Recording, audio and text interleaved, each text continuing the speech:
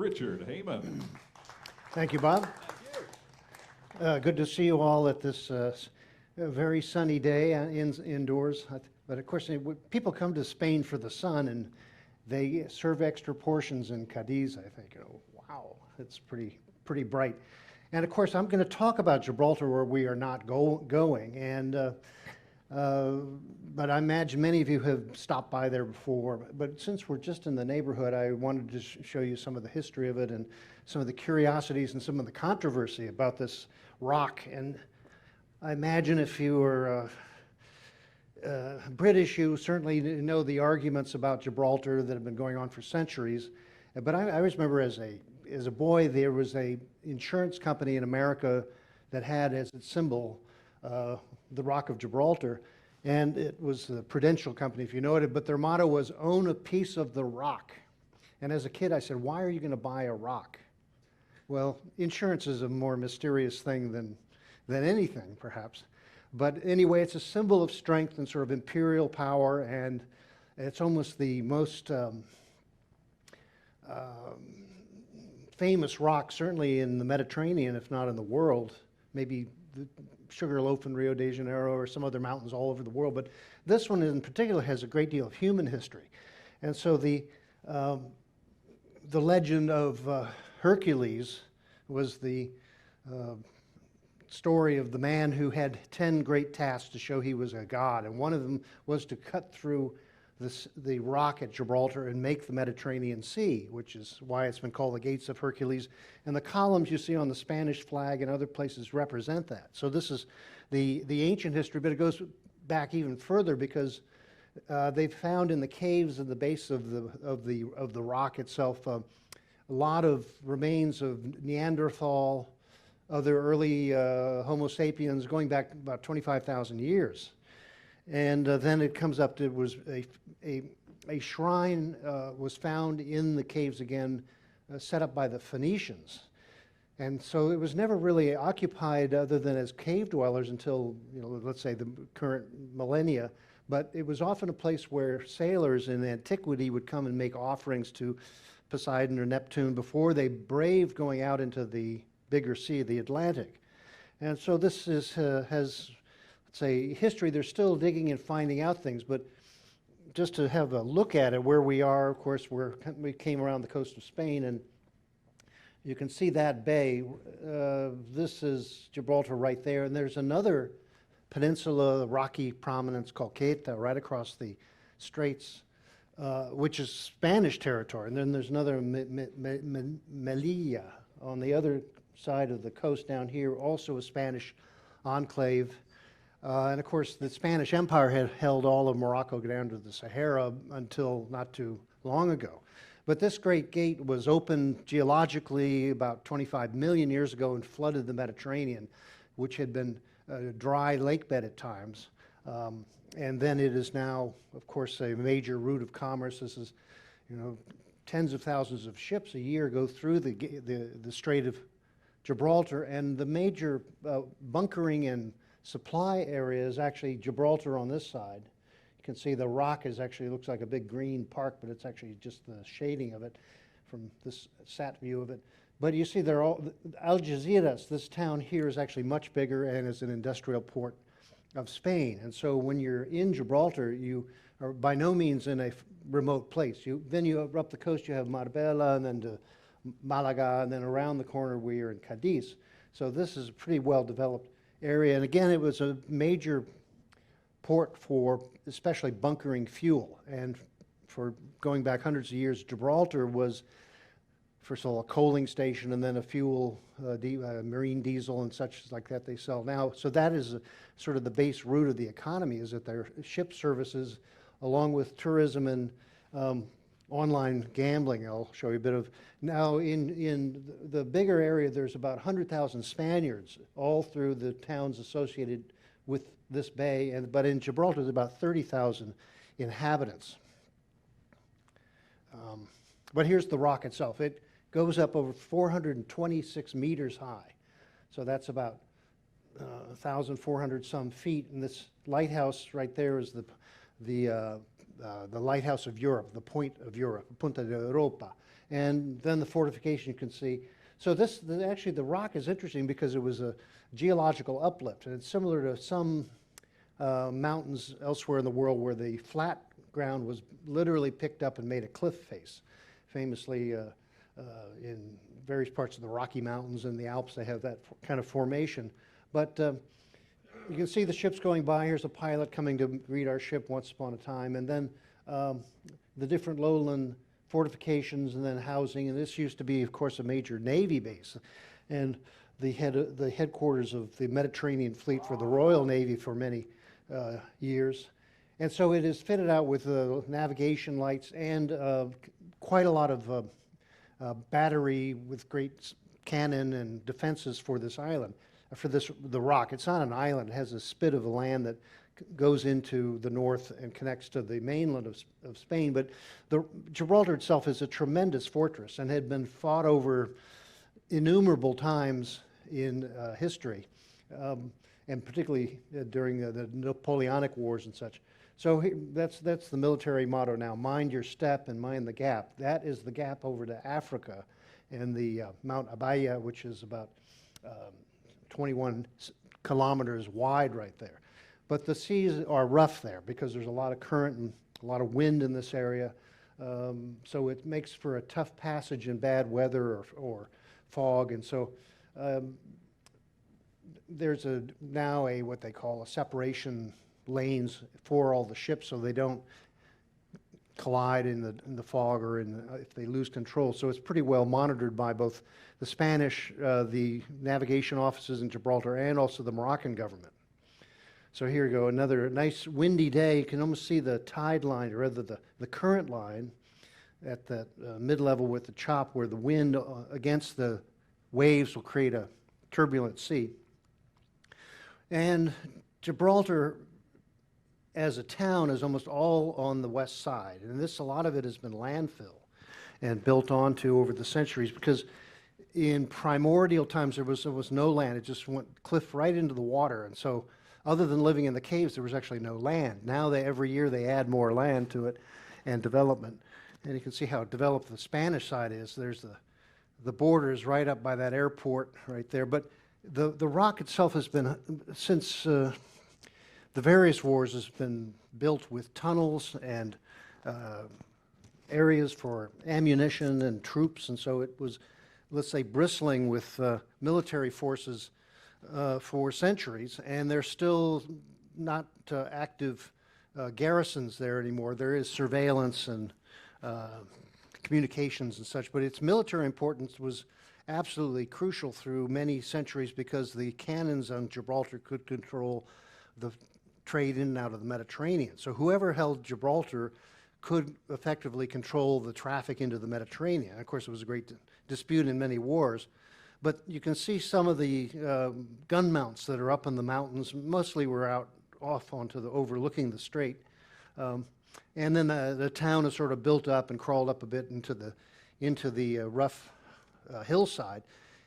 This is one of the caves where they have found Neanderthal remains, and they're still finding more as they keep digging down and getting into, particularly now they have sea caves below water that they're going in and doing underwater archaeology. But you can actually take an exciting walk back in those Neanderthal times if you stay in Gibraltar. Here's one of the Phoenician remains that they found in, again, the caves where people would come and give offerings for safe passage. This may be their Phoenician god of some sort, but I don't know the name of it. And then, of course, our friend Hercules. He may have not been that color. We were not sure, but he was one of the great heroes of Greek mythology. And so the development of Gibraltar was fairly much just a military outpost with not enough land for agriculture.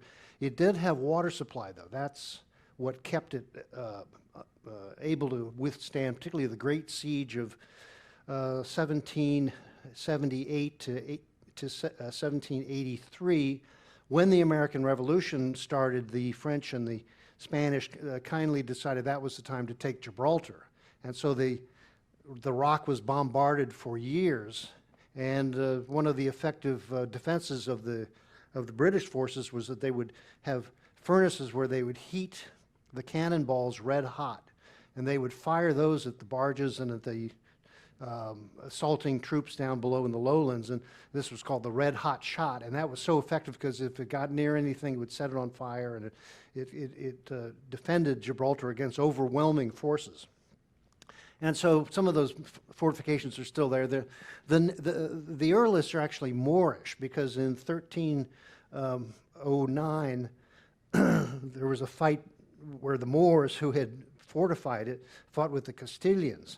And the name actually Gibraltar is Arabic, means Jebel Tariq, which is, Tariq was the name of the Moor who came over and first set up the fortifications, and Jebel just means mountain. So here is a British overseas territory with an Arabic name, essentially.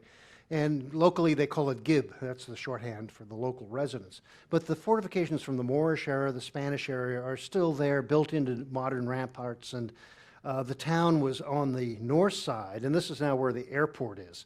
And you see there was, some houses up the mountain, but most people tried to live down the shore and also have the trade with the boats, and then the Navy provisions and the Marine barracks and things like that meant that there was always work to be had in Gibraltar. To this day, thousands of Spanish come over the border to work in Gibraltar in services and again, the shipping support service. There's an occasional military vessel in there, but that's not a major military naval base anymore because it's just too small and also contested. But many a royal regiment and ship has gotten their colors and commendations for being here. And especially during the Napoleonic era, there was a lot of battles over and over again.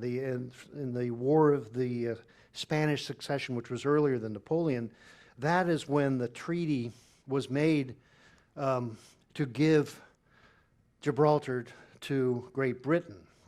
These are other medieval era scenes where you can see there's almost no flat land to be spoken of there. In the War of the Spanish Succession, it was actually, you may remember from your history lessons, it was the debate about which of the Habsburgs would take the Holy Roman Emperor crown.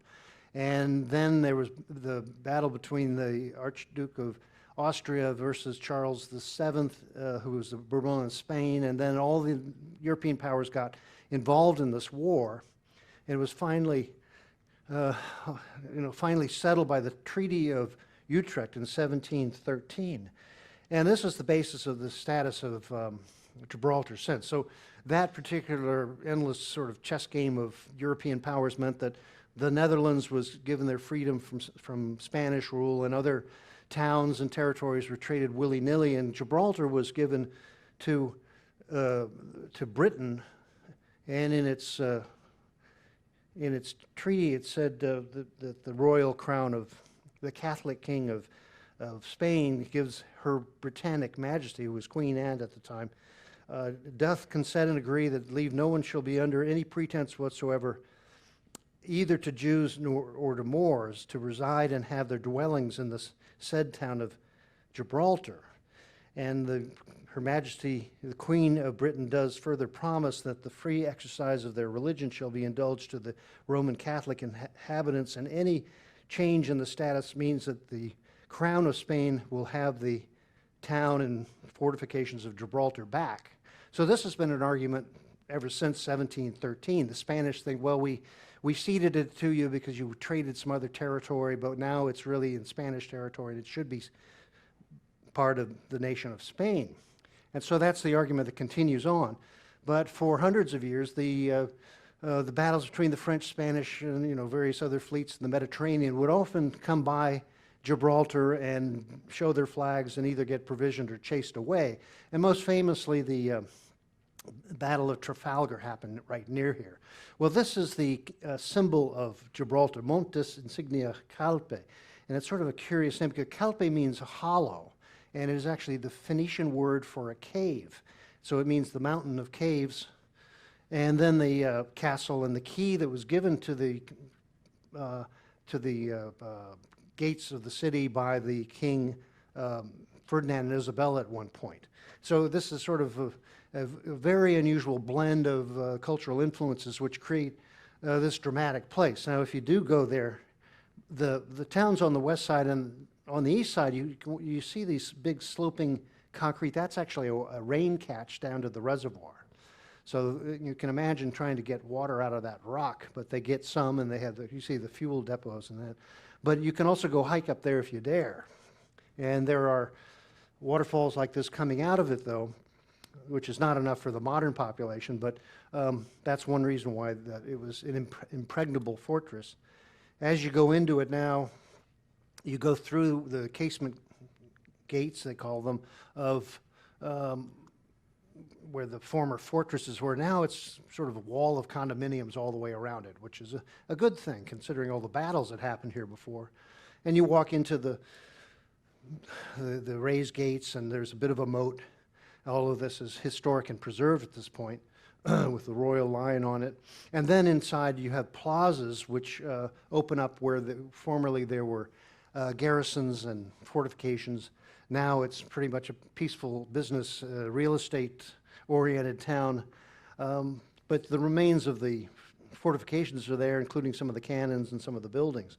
It's a very easy town to walk through. It's almost like Cadiz. It's very compacted and pedestrian lanes everywhere.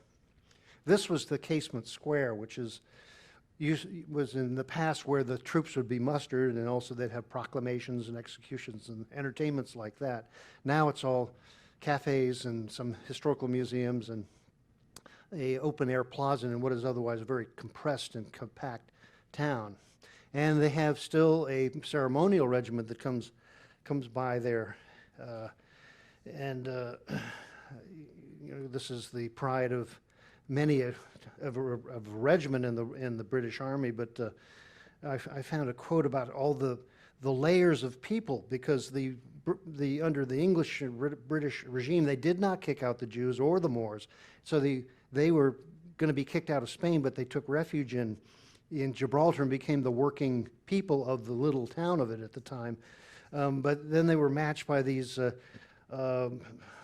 bright red coats that were there. There's a saying written in 1829 of the high-handed hauteur of His Majesty's officers. He lounges in the quarter in utter scorn of the busy crew of bargainers and the various people, the Moor, the Jew, the immigrant, the refugee, are all there doing what they can to support this rock where they have taken refuge. Well, in the military history, this was the most famous of the visitors at the time, because he had been stationed in the Mediterranean and he had had these great battles with the French, the Battle of the Nile, and then it came down to a showdown off of actually Cadiz, but he was coming out of Gibraltar to the battle to fight the great Napoleon who was taking over the world. And so this was the days of the men of iron and the ships of wood that could create the wall that would keep the invasion of Britain at a stop by having a naval force. And so this was the imagined fate of Britain had Napoleon got to the point of digging in the canal and having all the ships that would then break through the wall of wood that defended Britain. But Nelson, as a strategist, was famous because he was very friendly, personal, and concerned about his officers and his men. He was not quite as formal as the other officers of the time, and so he would, above all, encourage his captains to take the initiative. And this made all of the difference in the battles up and down the Med, off of Gibraltar, elsewhere that Nelson was leading, because his famous words, well, England expects every man to do his duty. But he also said, you must do what you think is right at the time, versus the usual just obedient, if often flawed actions of particularly the French and the Spanish commanders. And so when Nelson took his fleet out from Gibraltar and blockaded Cadiz, right where we are, the French and Spanish fleet came out, mostly Spanish, and they were in what they call the line, where traditionally that kind of big ships would just line up and bombard each other. But what Nelson did, he said they will go in for the kill and go attack individual ships and thereby break the Spanish line. They were under the command of a French general, Villeneuve, but they were short of sailors. And in the accounts of that particular battle, the Spanish Navy was so short-handed, they went to the theaters of Cadiz and they took actors and performers and musicians and impressed them into Navy service to thwart the Nelson and the British outside. So at the end of the battle, they found clowns on the Spanish ships. Literally, they didn't have time to get a uniform. They were still dressed for the theater show in town. But it happened in a great fuselage of cannon and smoke and fire and all the terrible exercise of that era of warfare, which came down to hand-to-hand combat and boarding. And then when the battle was pretty much succeeded by the French commander who died in the attack on his ship sank to the bottom, but they rescued, the British rescued so many people, including his wife who happened to be on board. And so this was a result of this battle in 1805 right off of here. So there are not that many ships sunk. That was actually the flagship that was sunk. Many were wrecked and there were so many 2,000 dead, and many ships were damaged. But the greatest casualty of all was Nelson himself, who was picked off by a French sniper as he was standing on deck with his bright, decorated coat. So this was one of the cruelties of war. They would try to kill the commander. In this case, Nelson did succumb to his wounds. And here's Dr. Hardy trying to attend to him, but he died there on board. And then the ship was taken back to Gibraltar, the Victory, which is, of course, preserved in England today. And then it was taken for repairs in Gibraltar. And Lord Nelson was put in a cask of brandy. And so this is the old Navy toast. When you drink brandy, you say, well, this is the blood of Nelson from this particular battle. And then, of course, Nelson became a national hero and had his funereal barge on the Thames and such. But so that was sort of a turning point in history, in European history especially. It prevented Napoleon from being the conqueror of all Europe forever. But this is just a description of what this meant. The control of Gibraltar meant that it meant control of the traffic in the Western Mediterranean, and by the British, therefore, could defeat Napoleon and begin the denouement, really, of all of the French and Spanish colonies, especially in the Americas. And directly because of that defeat, Louisiana was sold to the United States. And then the U.S. and Britain had more, alliance at this point after, let's say, the troubles of the Revolution, and leading to the Atlantic Charter and the United Nations in the sense of Nelson was a preacher of mercy after victory. In this case, became the modern ethos of you are kind to those who you were defeated and you help them. And above all that, let's say the defense of freedom has been maybe a bit of a term that can be interpreted many ways, but that's been called the mission of modern military affairs, is to help people have a good life, not just conquer territory. And so, Nelson was not a perfect man, but he certainly became a perfect hero. And this is a copy of his jacket that is in a museum in Gibraltar. And the cemeteries and other places around the military sections of Gibraltar are filled with monuments. They buried most of the wounded, rather the casualties of Gibraltar in the cemetery, so you can see certain inscriptions from that particular battle themselves. And then there were World War I, World War II, there was other action, other heroes, but here's an inscription that I found that, if you can't read it, it says, "God and the soldier all men adore, in the time of trouble and no more. For when the war is over and all things righted, God is neglected and the old soldier slighted." So whoever wrote that was, let's say, predicting the problems of the future too, where this terrible wars arise, people do their duty, and then when it's over, they often forget the veterans, let's say. But Gibraltar itself oversaw some of the greatest naval fleets in the world came by in World War I and World War II. The island itself was never attacked because Spain was insisted upon being neutral so it would not, let's say, be a victim of another war. And so Gibraltar was mainly a base, but it never saw any direct action in all of the troubles of the Second World War. And I showed this the other day. There's a hydrographic phenomena at Gibraltar under the sea, where there's a sill that rises up to about 480 some meters below the sea level, and there's a salt wedge that comes out under the cold water coming in the Atlantic. And this was used to advantage in submarine warfare, because you could run silently into the Mediterranean on the surface water, but you could drop down to the bottom over the sill and you could ride the current that was constantly flowing out into the Atlantic. And this is because the Mediterranean has a net loss through evaporation, so that it's always losing water, so there's always more water coming in at about 2 knots, sometimes more, from the Atlantic. So this meant that the U-boats would, and submarines to this day, use this as sort of a free ride in and out of the Mediterranean.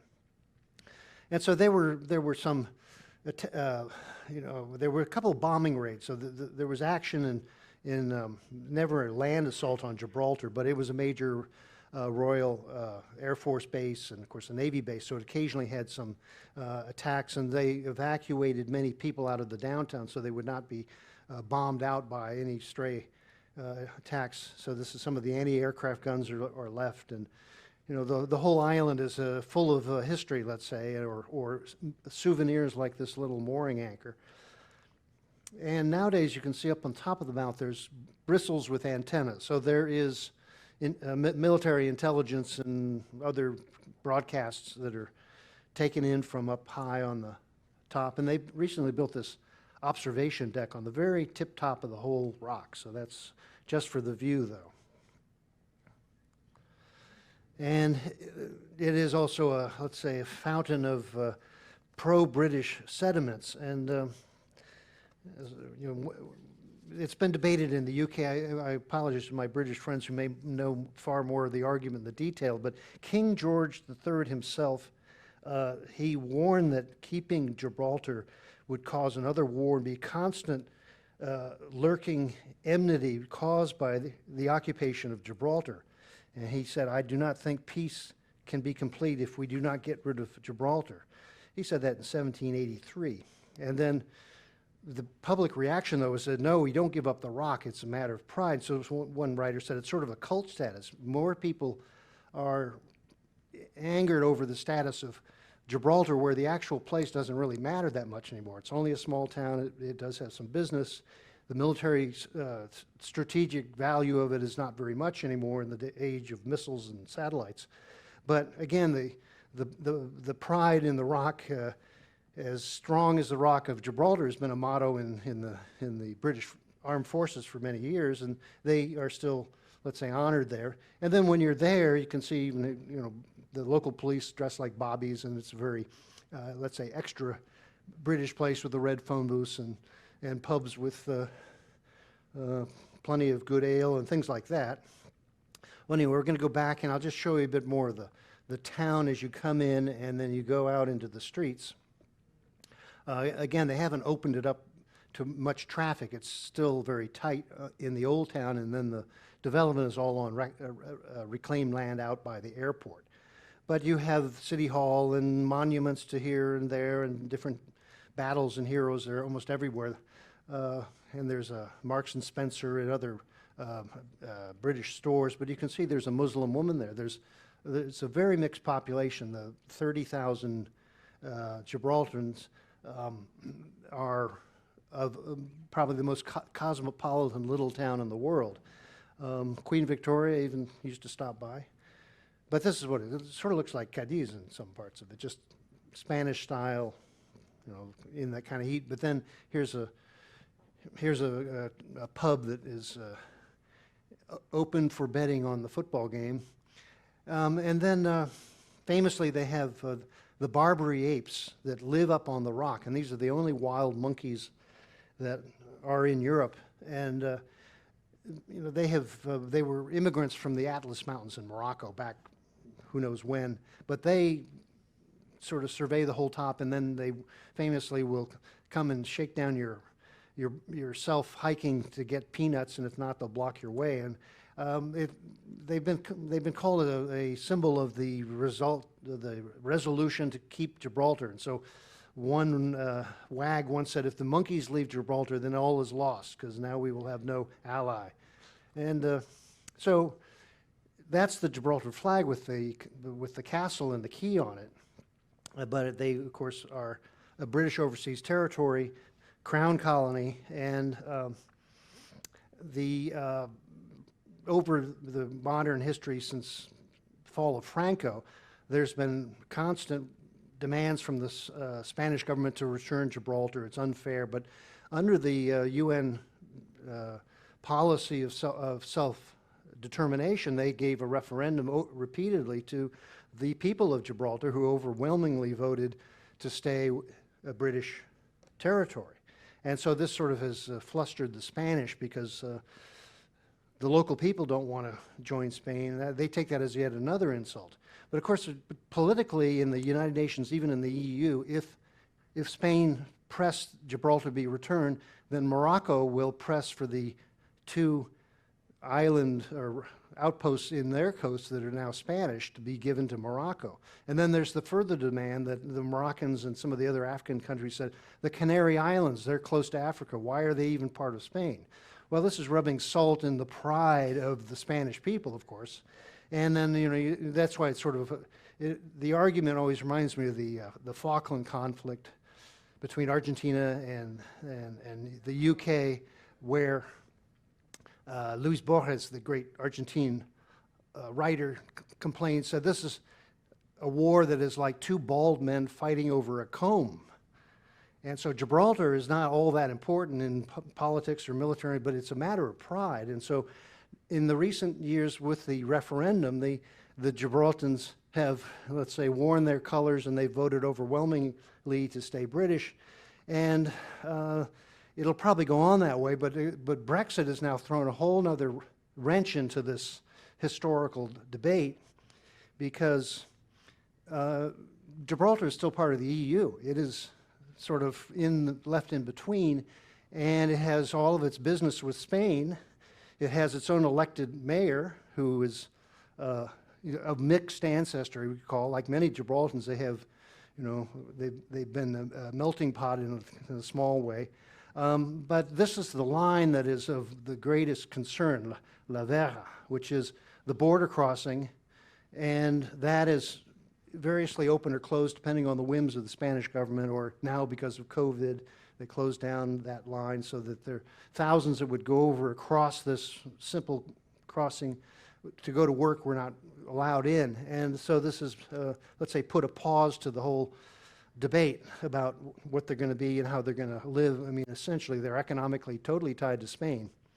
And again, many people would walk there to go to work. And right across the border, this is Algeciras and the other towns, Concepcion, right nearby. They are relatively, let's say, modest in income compared to Gibraltar. Per capita has one of the highest incomes anywhere in the European Union, much less Great Britain, mainly because of that shipping business and such. So many Spaniards come over to work there. That's what I'm saying. And then they have tourism and now some fancy resorts, and so there's let's say, a non-military economy these days. But the biggest thing they do is as a tax haven for corporate finance and, above all, online gaming, and then real estate development. So this has all meant Gibraltar sort of has a whole new life to it as an extra place to go, I guess you'd say. I don't know if it's still true with the Spanish government, but for years we've been coming by here, and if we go to Gibraltar, we're not allowed to go to a Spanish port. So I think that's why we went from Barcelona to Malaga and to Cadiz, but had we wanted to stop at Gibraltar, they might have refused coming here. I don't know what the law is right now, but that's happened often in the past. Meanwhile, many Spanish people invest, get their condo, and have a lowered tax status because they have a place in Gibraltar. And so this sort of thing is popping up on reclaimed land, and they're planning to build even more. It sort of looks like Hong Kong that way, where they just keep paving the harbor and building. So Now I'm not a real estate broker, but all I know is you should buy now before the price goes down again. Something like that. So here we go. The Royal Ocean Plaza, Leisure Island, room for your mega yacht, and all these sort of things, which the monkeys on the hill must wonder if they can afford to walk in town anymore. But this is the great controversy, this online gaming that they've been, free of any particular government regulations. They've set up some of these virtual casinos that then bring in lots of money, which is then spent on real estate, I suppose. So this is the modern life, though, along with the old military casements and the phone booth. And again, you have, I think about 25% Muslim population. And so King Faoud of Egypt donated a very large mosque. So out on the point, there's one of the most beautiful big mosques in any part of Spain. And so the conflicts with Islam and Christianity are sort of a thing of the past. So here's the mosque. That's what they built there, just as an offering of, let's say, cooperation. And so I mentioned how Brexit has sort of, re-scrambled the argument a bit. And so Gibraltar is sort of becoming its own independent or semi-dependent territory. So again, it takes the euro, it has its own pound, and but it's going to definitely not break off from the rest of Europe. But it may be overwhelmed by more developments. I showed yesterday about the former project to dam at Gibraltar. Well, it has been considered to do that since the 1920s with this sort of sketch, except that the water course would be almost impossible to fill up. And so in recent times, they've been thinking of just building a tunnel to Morocco and then have a central floating island resort, which is, I'm not sure how you get islands to float, but if you can do that, you can build your island anywhere you want and take it around with you, perhaps.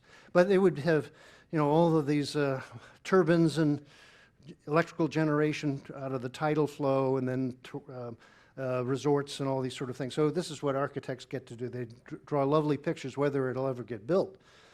But as I mentioned, that with rising sea levels, the whole Mediterranean coast is so threatened, hundreds of cities and millions of people, that it may be impelled to do that just to keep from flooding so much of the community in the Mediterranean. But we'll see whether this gets built by the time we come back. Meanwhile, the rock holds firm, and it is a remarkable place that if you ever get a chance to go there, it is a symbol of its own self. Anyway, thank you very much, and I hope to see you there someday. Thank you. There you go.